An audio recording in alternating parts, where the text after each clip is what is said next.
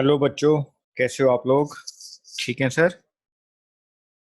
Okay बेटा, बहुत अच्छी बात है, आप लोग सब अच्छे हैं। ठीक। बेटे, वैल्यूएशन ऑफ गुडविल के अंदर हमारे कुछ क्वेश्चंस रह गए थे।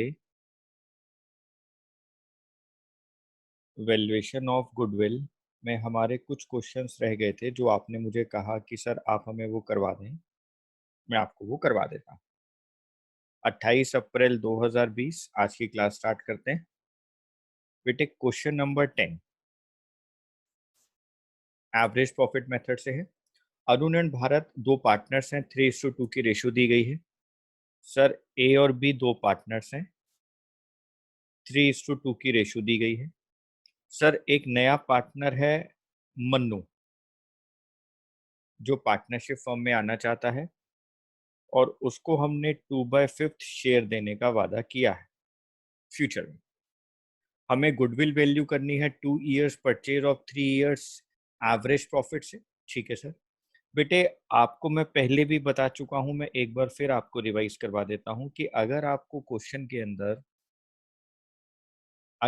क्वेश्चन में एबनॉर्मल लॉस दिए होते हैं, जिसकी चर्चा हम पहले कर चुके हैं, तो आपने उससे अपने प्रॉफिट्स को प्लस कर लेना होता है, उनको दोबारा से ऐड बैक कर देना होता है, क्योंकि हम उसको वैल्यूएशन ऑफ गुडविल के टाइम पर नहीं लेते हैं। और बेटे, ऐसे ही अगर एबनॉर्मल प्रॉफिट्स या एबनॉर्मल गेन आपको क्वेश्चन में दे रखे होते हैं, तो आपको उसको माइनस कर देना होता है। हाँ सर, ये दोनों बातें तो आपने हमें बताई थी। बेटे, मैंने ये दोनों बातें आपको बताई थी। जी सर। तो बेटे, हमें इन दोनों ही बातों का ध्यान रखना है और इन दोनों बातों को ध्यान में रखते हुए इस क्वेश्चन को सॉल्व कर लेना है। सर, हमें यहाँ पर जो प्रॉफिट्स दिए गए हैं वो 3 सालों के दिए गए हैं, 2020, 2019, 2018, जिसमें 2019 में लॉस दिया है। हाँ बेटा, तो आप यहाँ पे लिखो ईयर 2020, 2019, 2018।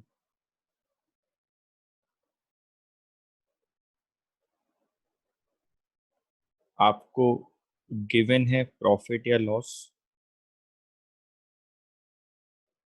2020 में आपको प्रॉफिट गिवन है 30,000 का। 2019 में आपको लॉस गिवन है 80,000 का। यहाँ पे प्रॉफिट गिवन है आपको 1,10,000 का। सर, ये हमें प्रॉफिट गिवन था, यहाँ पे हमें लॉस गिवन था, यहाँ पे हमें प्रॉफिट गिवन। हाँ बेटा। सर, उसके बाद हमें यहाँ पर कुछ एडजस्टमेंट्स दी गई हैं। बेटे, मैंने आपको वही तो बोला था कि आपको उन एडजस्टमेंट्स को ध्यान रखना है, आपने उन एडजस्टमेंट्स का ध्यान रखना है। हाँ सर, आपने हमें कहा था कि हमें उन एडजस्टमेंट्स का ध्यान रखना है। तो बेटे देखो, फर्स्ट पॉइंट में लिखा है 2020 में प्रॉफिट है ₹30,000 after debiting loss of stock by fire. बेटे, हमारे गोडाउन में रेगुलर नेचर पे तो फायर नहीं होती है कि हमें पता हो कि आज भी आग लगेगी, 2 दिन बाद भी आग लगेगी, 10 दिन बाद भी आग लगेगी। तो एबनॉर्मल आइटम, यानी आग कभी कभी अनफॉर्चुनेटली लग जाती है। तो हमारा स्टॉक उसकी वजह से लॉस में आ गया था, हमें हमारे स्टॉक को लॉस हो गया था और हमारे को 40,000 रुपए का एबनॉर्मल लॉस हुआ था। और सर, आप हमें सिखा कर लाए हैं कि अगर एबनॉर्मल लॉस होता है तो वो प्रॉफिट में ऐड बैक हो जाता है, प्लस 40,000 एबनॉर्मल लॉस। बेटे, ऐसे ही 2019 में देखो, आपको लॉस दिया 80,000 का, ब्रैकेट में लिखा हुआ है includes voluntary retirement compensation paid 1,10,000। मतलब आपके यहाँ पर कोई एम्प्लॉय था जिसने खुद अपनी इच्छा से, स्वैच्छिक इच्छा से वॉलेंट्री रिटायरमेंट ले ली है। उसने कहा कि मैं अब आगे जॉब नहीं करना चाहता हूँ और मैं आज से अपनी जॉब को छोड़ना चाहता हूँ। उसने वॉलेंट्री रिटायरमेंट ले ली है, अपनी इच्छा से रिटायरमेंट ले ली है। तो बेटे, उसको अपनी इच्छा से रिटायरमेंट लेनी पड़ी, उसने आपकी जॉब छोड़ दी, तो आपको उस वक्त 1,10,000 रुपए का कंपनसेशन उसको पे करना पड़ा। सर, ये तो अचानक से दिया जाने वाला कंपनसेशन है। हाँ बेटा, आपको उसको देना पड़ेगा। उसने अब कह दिया कि मैं वॉलेंट्री रिटायरमेंट ले रहा हूँ। सर, ये भी अब नॉर्मल लॉस हो गया। हाँ बेटा, तो आपको इसको भी प्लस करना पड़ेगा।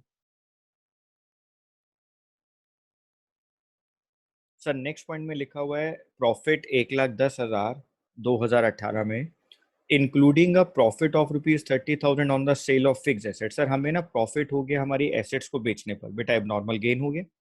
एबनॉर्मल गेन को वैल्यूएशन के टाइम पर नहीं लिया जाता है, तो सर आपने हमें बताया था कि एबनॉर्मल गेन को तो माइनस करते हैं, तो बेटे हम माइनस कर देंगे 30,000। सर ये प्लस माइनस करने के बाद हमारे पास एक्चुअल प्रॉफिट्स आ जाएंगे। जी बेटा आपके पास एक्चुअल प्रॉफिट्स आ जाएंगे 70,000। बेटा आप ध्यान से देखना, ये पॉजिटिव वैल्यू ये negative value plus minus minus, plus की वैल्यू आ जाएगी 30,000। 1,10,000 माइनस 30,000 80,000।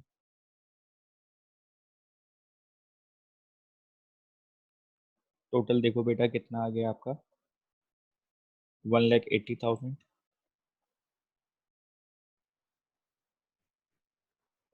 ये टोटल प्रॉफिट हो गए। बेटे एवरेज प्रॉफिट क्या होता है? एवरेज प्रॉफिट होता है total profit divided by number of years, यानी sir 1,80,000 divided by 3 years.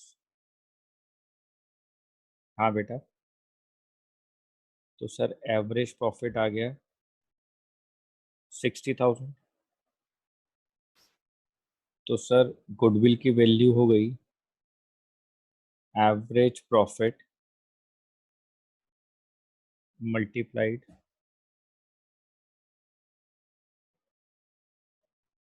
Number of years purchase. Average profit 60,000 into number of year purchase कितना लिखा हुआ है बेटा 2 ईयर्स परचेज।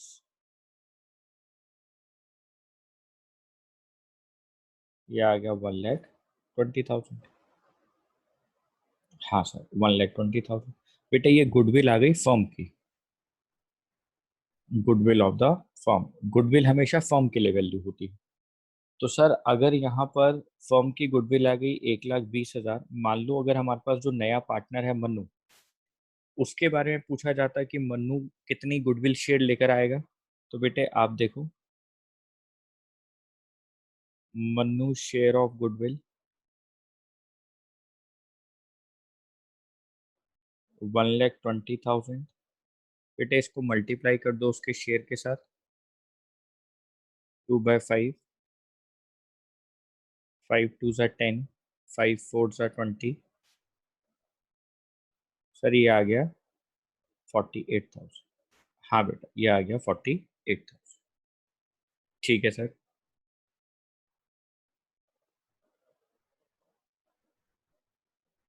बेटे नेक्स्ट क्वेश्चन है हमारे पास क्वेश्चन नंबर 11, जिसमें हमारे पास दो पार्टनर्स हैं भास्कर और पिल्लई। 3:2 की रेशियो में है। नया पार्टनर वहां पे कनिका आ रही है 1/4 शेयर के लिए, और वो अपनी गुडविल कैश में लेकर आ रही है। गुडविल को कैलकुलेट करना है at 2 years purchase of the average normal profit of past 3 years. आपको वही 3 साल के प्रॉफिट्स दिए हैं, लेकिन बेटा आपको साथ में एबनॉर्मल लॉस और एबनॉर्मल गेन की बात भी कही गई है। तो सर बिल्कुल सेम क्वेश्चन हो गया। हाँ बेटा, ईयर प्रॉफिट या लॉस जो आपको गिवन है, एडजस्टमेंट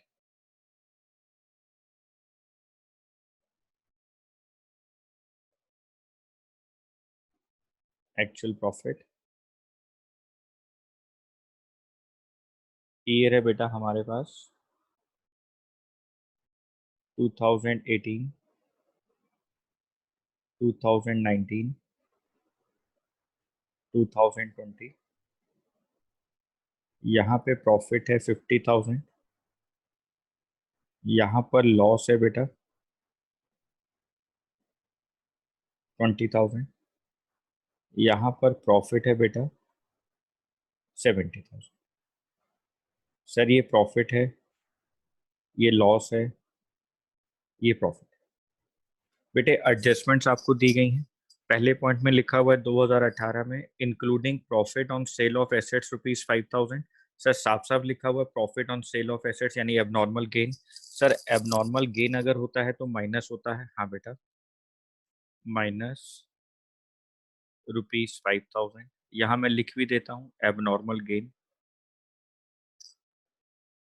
सर आप ऊपर वाले क्वेश्चन में भी एक बार लिख देंगे तो हमें याद रहेगा। बेटे मैंने वहाँ लिखा है, देखो एबनॉर्मल लॉस, एबनॉर्मल लॉस। यहाँ मैं लिख देता हूँ एबनॉर्मल गेन। ठीक है सर। सर सेकंड पॉइंट में हमें यहाँ लॉस दिया हुआ है और लिखा हुआ है इंक्लूडिंग लॉस बाय फायर। मैं अभी आपको ऊपर समझा कर आया कि बेटे फायर अगर हो गई है तो एबनॉर्मल लॉस है, plus 30,000 abnormal loss. Sir next है 2020 में profit 70,000 including insurance claim received 18,000। बेटा इंश्योरेंस से हमें क्लेम हर बार नहीं मिलता, बार बार नहीं मिलता कि हम रोज सोचें कि हर साल हम इंश्योरेंस से क्लेम ले लेंगे। एबनॉर्मल नेचर की आइटम है, एबनॉर्मल गेन है। एक इंटरेस्ट ऑन इन्वेस्टमेंट और डिविडेंड आपको रिसीव हो रहा है 8,000। बेटे ये हमारे लिए तो ऐसी इनकम है जो हमारी प्रिंसिपल रेवेन्यू की इनकम नहीं है। हमें इंटरेस्ट इनकम मिल रही है इन्वेस्टमेंट के ऊपर, हमें डिविडेंड मिल रहा है, ये हमारे बिजनेस की इनकम नहीं। तो ये नॉन बिजनेस इनकम है, तो हमारे को नहीं वैल्यू करना पड़ेगा, हमें इसको भी प्रॉफिट से हटाना पड़ेगा। ठीक है सर, तो हम इसको भी एबनॉर्मल गेन मानते हुए हटा देते हैं 18,000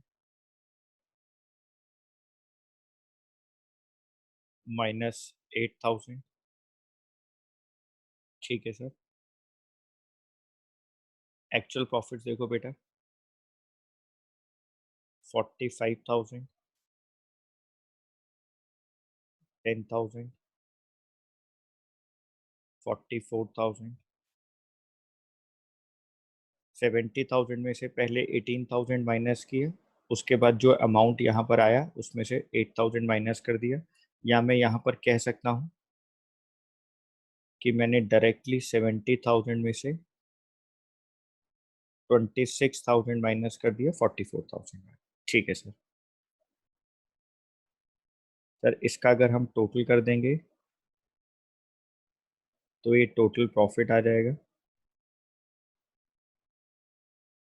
सर टोटल प्रॉफिट हमारे पास आ गया 99,000।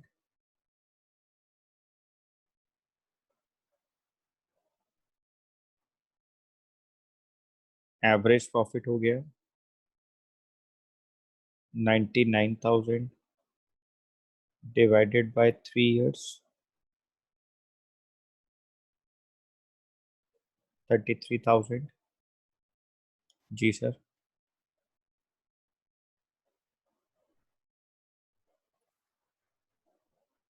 सर गुडविल हमें 2 years परचेज के लिए बोला हुआ है।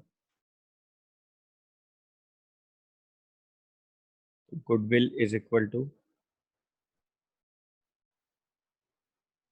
Average profit multiplied by number of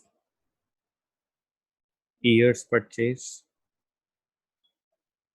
average profit है 33,000 मल्टीप्लाइड बाय 2 years 66,000। सर ये गुडविल फर्म के लिए आ गई, गुडविल ऑफ द फर्म। हाँ बेटा। अब सर अगर हम यहाँ पे नए पार्टनर जो कनिका है, अगर हम उसकी गुडविल को यहाँ पर कैलकुलेट करना चाहें तो बेटे आप लिख सकते हो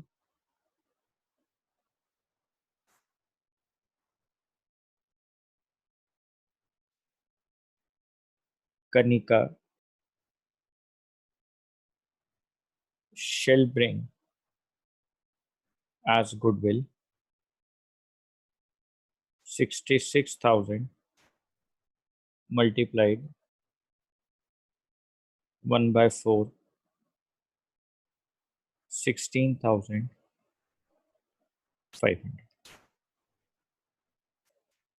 बच्चों को समझ में आ रहा है? हाँ सर हमें समझ में आ रहा है, बहुत अच्छी बात है बच्चों, आपको समझ में आना चाहिए, वही हमारी प्राथमिकता है कि बच्चों को सारी बातें समझ में आए। जी सर। बेटे क्वेश्चन नंबर 12 की बात करेंगे। यहाँ पे दो पार्टनर हैं। सुमित परचेज कर रहा है अमित का बिजनेस ऑन 1 अप्रैल 2020 में। गुडविल डिसाइड हो रही है 2 years purchase of average normal profit. आपको 4 साल के प्रॉफिट्स दिए हैं। बेटा नीचे कुछ एबनॉर्मल लॉस एबनॉर्मल गेन की बात की गई है। तो सर यहाँ पर तो आपको फिर वैसे ही करना पड़ेगा। हाँ बेटा हमें वैसे ही करना पड़ेगा। तो हम क्या लिखेंगे? ईयर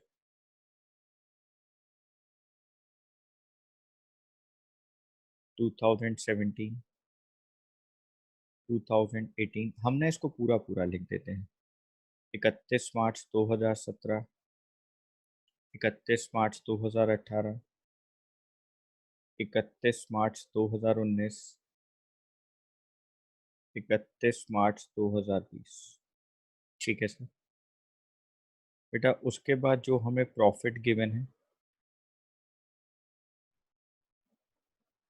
80,000, 1,45,000, 1,60,000 और 2 लाख। बेटे हमें कुछ एडजस्टमेंट्स गिवन है।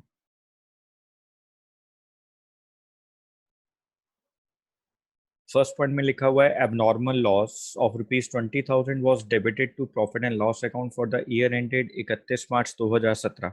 यहाँ पर आपने एक एबनॉर्मल लॉस डेबिट किया हुआ है। सर आपने तो हमें सिखाया हुआ है कि एबनॉर्मल लॉस अगर क्वेश्चन में डेबिट कर दिया जाता है तो आपको उसको प्लस कर देना होता है, उसके इफेक्ट को हटाना होता है।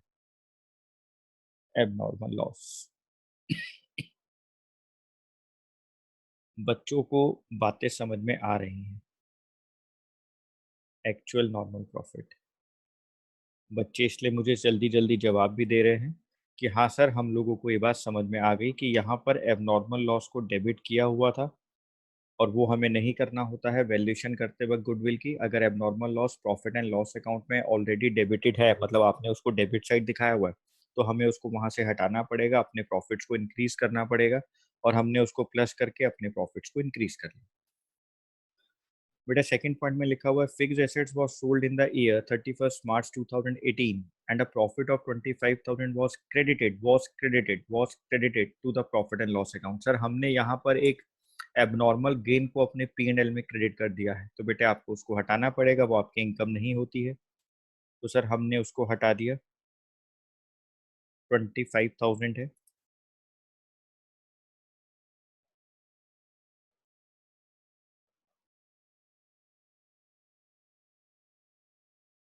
एबनॉर्मल गेन है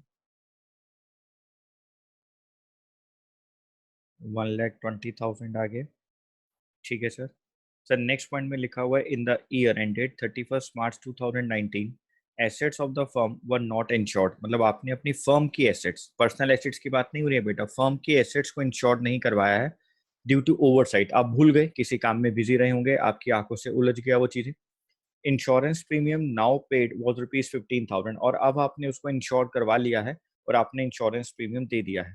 तो सर ये तो प्रॉफिट एंड लॉस अकाउंट में डेबिट होना चाहिए था, लेकिन आपने नहीं करा। मैं यहाँ लिख देता हूँ, ये आपका बिजनेस एक्सपेंस है।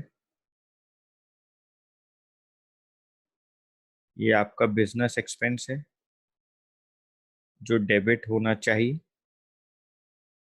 तो सर अगर ये डेबिट होना चाहिए तो इसका मतलब इसको यहाँ से माइनस करना पड़ेगा, ये हमारे प्रॉफिट्स को कम कर देगा। हाँ बेटा।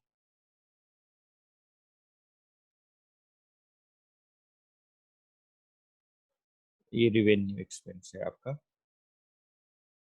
इसको आप साथ में याद करने के लिए बिजनेस एक्सपेंस भी लिख सकते हैं। तो 1,60,000 माइनस 15,000, 1,45,000। यहाँ पे कुछ भी नहीं दिया हुआ है तो ये 2 लाख आ गया।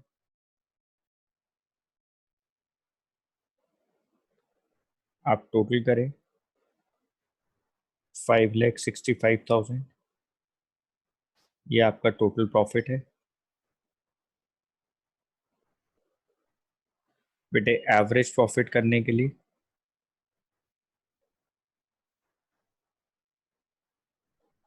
तो total profit divided by number of years, 5,65,000 divided by 1, 2, 3, 4,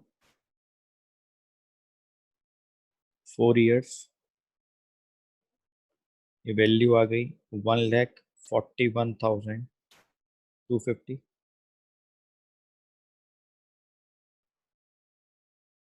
goodwill हो गया, average profit multiplied number of years purchase 141,250 multiplied 2 years. बेटा ये आ गया 2,82,500.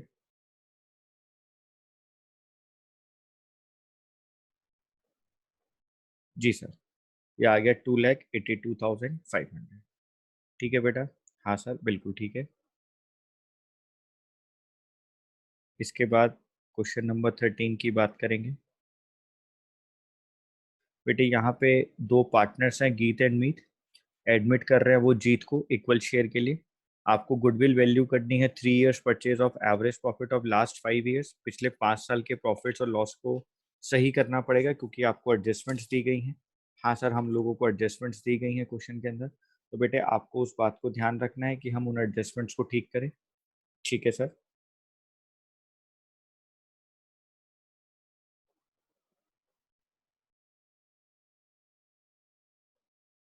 बेटा पर्टिकुलर्स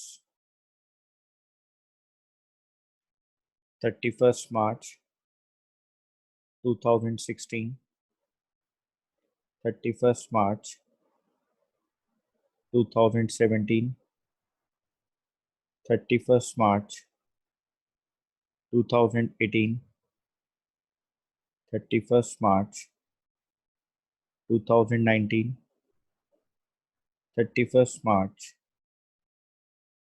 2020. सर ये आपने 5 साल हमारे सामने लिख दी.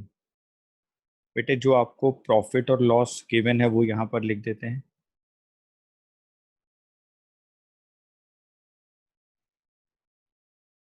90,000 ब्रैकेट में क्योंकि लॉस है. 1,60,000,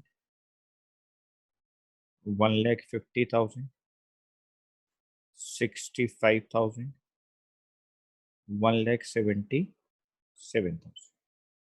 सर पॉइंट नंबर 1 में लिखा हुआ है firm had profit of ₹50,000 from sale of old machinery in the year ended 31 March 2017. The profit was credited in the profit and loss account. बेटा तो आपने गलत किया. ये तो एबनॉर्मल गेन का प्रॉफिट है. आपने इसको क्यों ऐड कर लिया? आपने इसको 31 मार्च 2017 के प्रॉफिट में ऐड कर रखा है. एबनॉर्मल गेन है ये तो आपके लिए. तो सर आपको इसको हटाना पड़ेगा. माइनस एबनॉर्मल गेन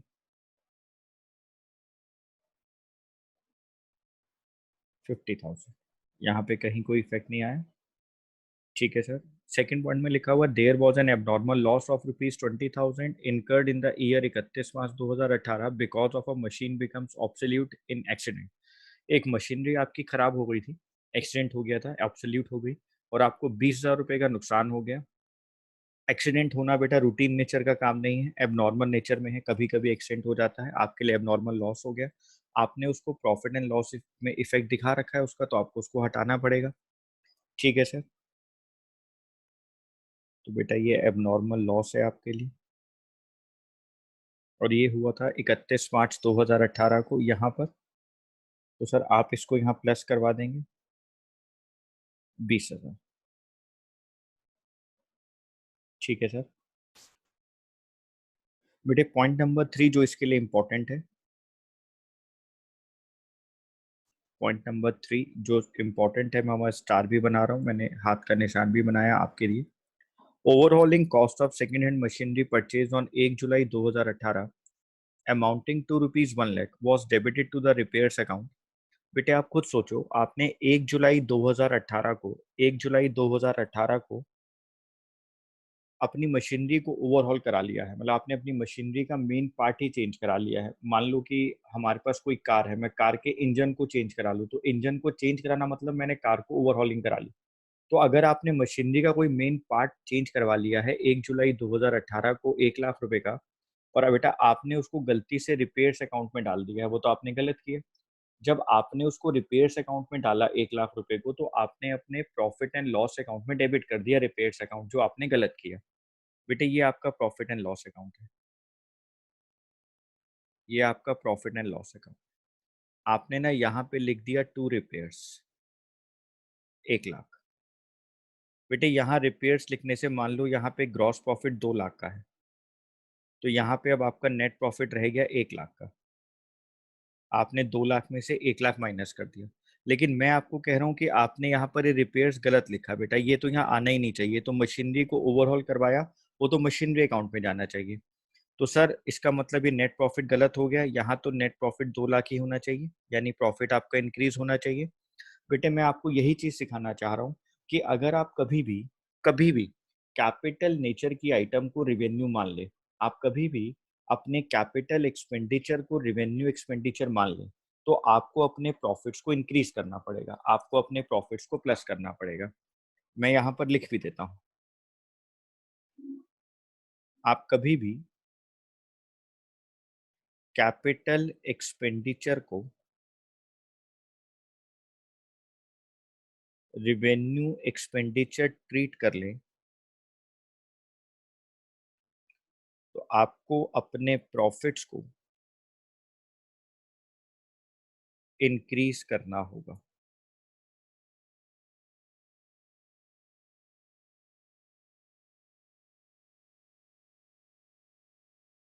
आपको अपने प्रॉफिट्स को इंक्रीज करना होगा। तो सर कैपिटल एक्सपेंडिचर मशीनरी को ओवरहॉल करवाया, एंट्री आनी चाहिए थी machinery account debit to cash. आपने एंट्री कर दी repairs account debit to cash. ठीक है सर। तो सर ये जो जुलाई है, ये हमारे पास आएगा यहाँ पर, क्योंकि ये जो ईयर एंड हो रहा है ये स्टार्ट हुआ होगा 1 अप्रैल 2018 से 31 मार्च 2019 तक।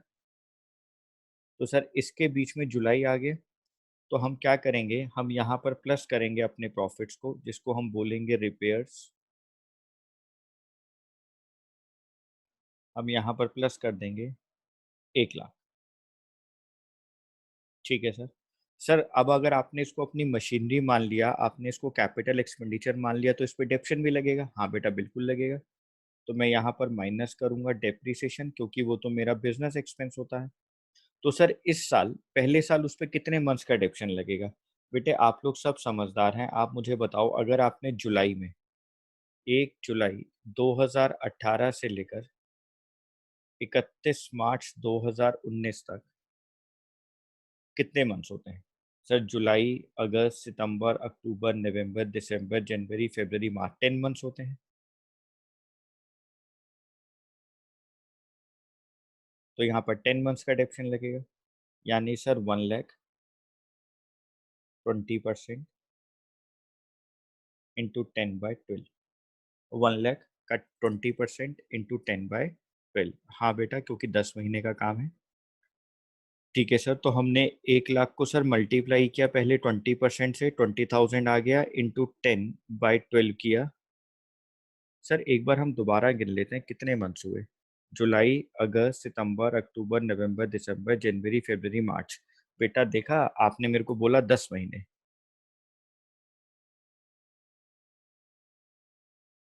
बेटे ये हुए 9 मंथ्स।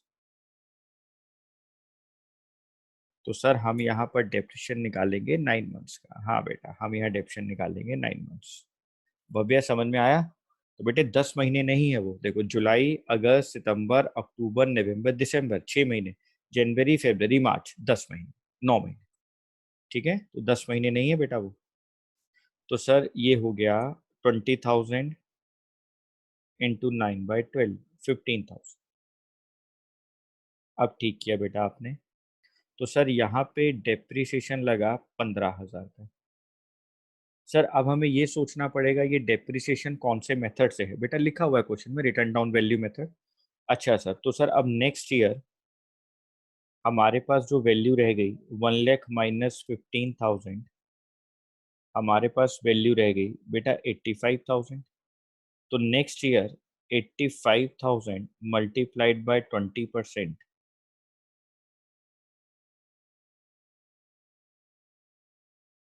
ये वैल्यू आ गई 17,000। तो सर यहाँ पे डेप्रिसिएशन लग गया 17,000। शाबाश बेटा। तो सर इन एडजस्टमेंट्स के बाद हमारे पास क्या क्या प्रॉफिट्स या लॉस आ गए। बेटे पहले साल में तो लॉस आ गया 90,000, सेकेंड ईयर 1,10,000,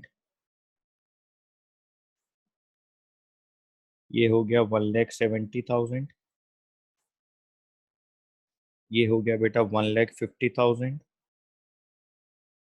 और बेटे लास्ट में आ गया 1,60,000। प्लस माइनस किया, वैल्यूज आ गई। तो सर अगर हम यहाँ पर टोटल प्रॉफिट की बात करें तो बेटे आप क्या करोगे, 90,000 का तो लॉस था, प्लस 1,10,000, प्लस 1,70,000, प्लस 1,50,000, प्लस 1,60,000, यानी सर ये आ गया टोटल 5 लाख। हाँ बेटा। तो एवरेज प्रॉफिट आ गया, total profit divided by number of years, 5 lakh divided by 5, ये आ गया 1 लाख।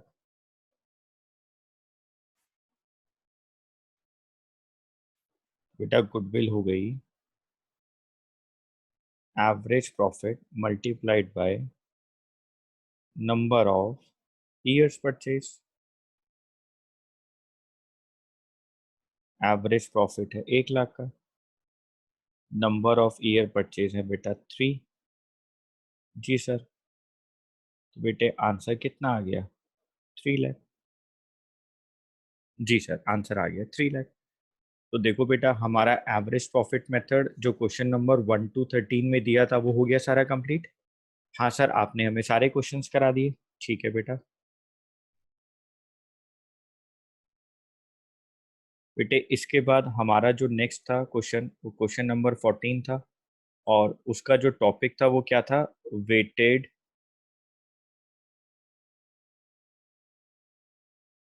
एवरेज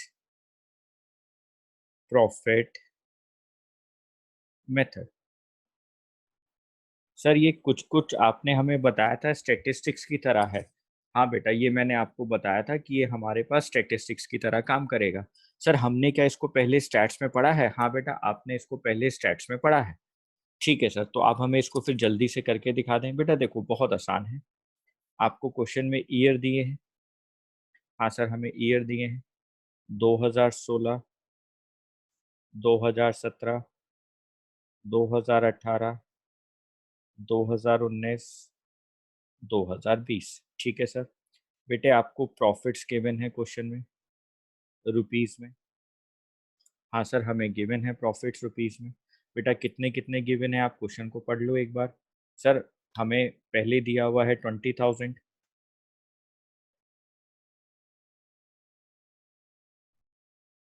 24,000, 30,000, 25,000,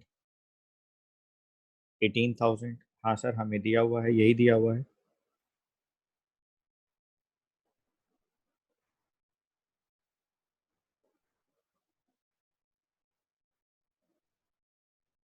बेटे आप क्वेश्चन पढ़ रहे हैं सब लोग। बच्चों को मैंने 2 मिनट का टाइम दिया, बच्चे एक बार पढ़ लें उसको अच्छे से। ठीक है बच्चों ने उसको पढ़ लिया। हाँ सर हमने पढ़ लिया। बेटा आपको क्वेश्चन में ना वेट भी असाइन है, WEIGHT आपको वेट भी दिया गया है। कि आप 2016 को 1 मान लें, इसको 2 माने, इसका वेट 3 माने, इसका 4 माने, इसका 5 माने। ठीक है सर। बेटे जब आपको वेट भी सामने मिल गया, अब आप क्या करें, अब आप यहाँ पर प्रोडक्ट कर दें,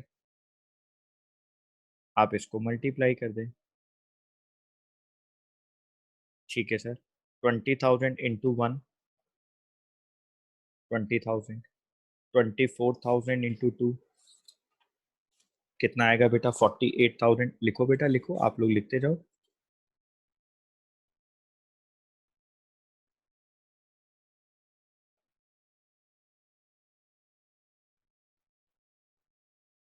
नेक्स्ट आएगा बेटा 90,000। नेक्स्ट आएगा बेटा 1 लाख। नेक्स्ट आएगा बेटा 90,000।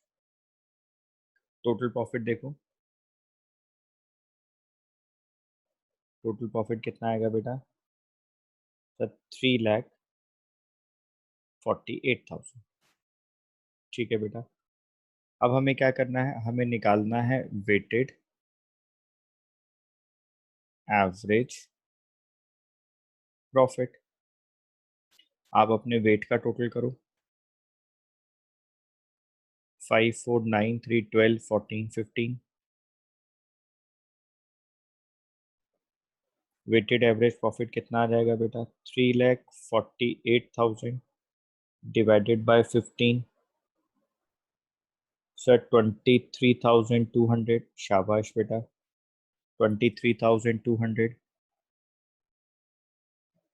और गुडविल की वैल्यू आ जाएगी 23,200 मल्टीप्लाइड बाय 2। नहीं सर, 3 ईयर्स है। ओके बेटा, 3 ईयर्स है। 69,600। सर हमें क्वेश्चन तो समझ में आ गया, लेकिन हमें ये नहीं समझ में आया कि इन्होंने सिंपल एवरेज से वेटेड एवरेज पर क्यों लिया है। बेटे आपने हमेशा याद रखना है, आपने हमेशा याद रखना है, वेटेड एवरेज प्रॉफिट जो होता है उसको ज़्यादा कंसीडर बेटर किया गया है। हम उसको कंसीडर करते हैं बेटर। क्यों? बेटे उसके अंदर ना हमें यहाँ पर कुछ एक ट्रेंड दिखाई देता है, हमें यहाँ पर एक प्रॉफिट का ट्रेंड दिखाई देता है। तो जहाँ पर आपको प्रॉफिट का कुछ ट्रेंड दिखाई दे, या तो प्रॉफिट आपके इंक्रीज हो रहे हो या प्रॉफिट आपके डिक्रीज हो रहे हो, कुछ ना कुछ तो ट्रेंड आपको प्रॉफिट का दिखाई देगा। This method is particularly effective when profit showing rising upward या फॉलिंग डाउनवर्ड ट्रेंड्स। या तो आपको प्रॉफिट बढ़ते हुए का ट्रेंड दिखाए या कम होने का ट्रेंड दिखाए।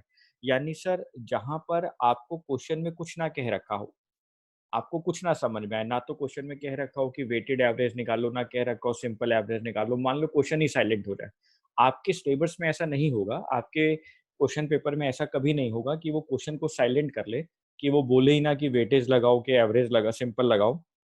लेकिन फिर भी मान लो, मैं आपकी एक इस बात को मान लेता हूँ कि आपके पेपर में ऐसा क्वेश्चन आ जाए जहां कुछ लिखा ही नहीं गया कि आप सिंपल एवरेज प्रॉफिट लगाएं या वेटेड एवरेज प्रॉफिट लगाएं, तो आपको वहां पर इस कंडीशन को देखना है कि जहां पर आपके प्रॉफिट में कोई ट्रेंड दिखाई देता हो। जैसे यहाँ देखो 20,000, 24,000, 30,000, 25,000, 18,000, मतलब पहले 3 सालों के अंदर प्रॉफिट बढ़ रहा था और फिर हमारा प्रॉफिट कुछ कम होने लगा है। एक ट्रेंड आपके सामने आया कि पहले प्रॉफिट बढ़ते क्रम में था, फिर वो कम होने लगा। हाँ सर, पहले प्रॉफिट इंक्रीज हो रहा था, फिर कुछ ट्रेंड दिखाई दे रहा है आपको। मान लो सर अगर ऐसा होता 20,000, 24,000, 30,000, 35,000, 40,000, हाँ बेटा प्रॉफिट इंक्रीजिंग ट्रेंड में चल रहा है। सर ऐसा होता 50,000, 40,000, 30,000, 20,000, 15,000, प्रॉफिट डिक्रीजिंग ट्रेंड में चल रहा है। यानी अगर आपके सामने प्रॉफिट का कोई इफेक्टिव ट्रेंड दिखाई देता है, तो वहां पर वेटेड एवरेज प्रॉफिट लगा लिया जाता है। और प्रैक्टिकली वेटेड एवरेज प्रॉफिट को ज़्यादा बेटर कंसीडर किया गया है।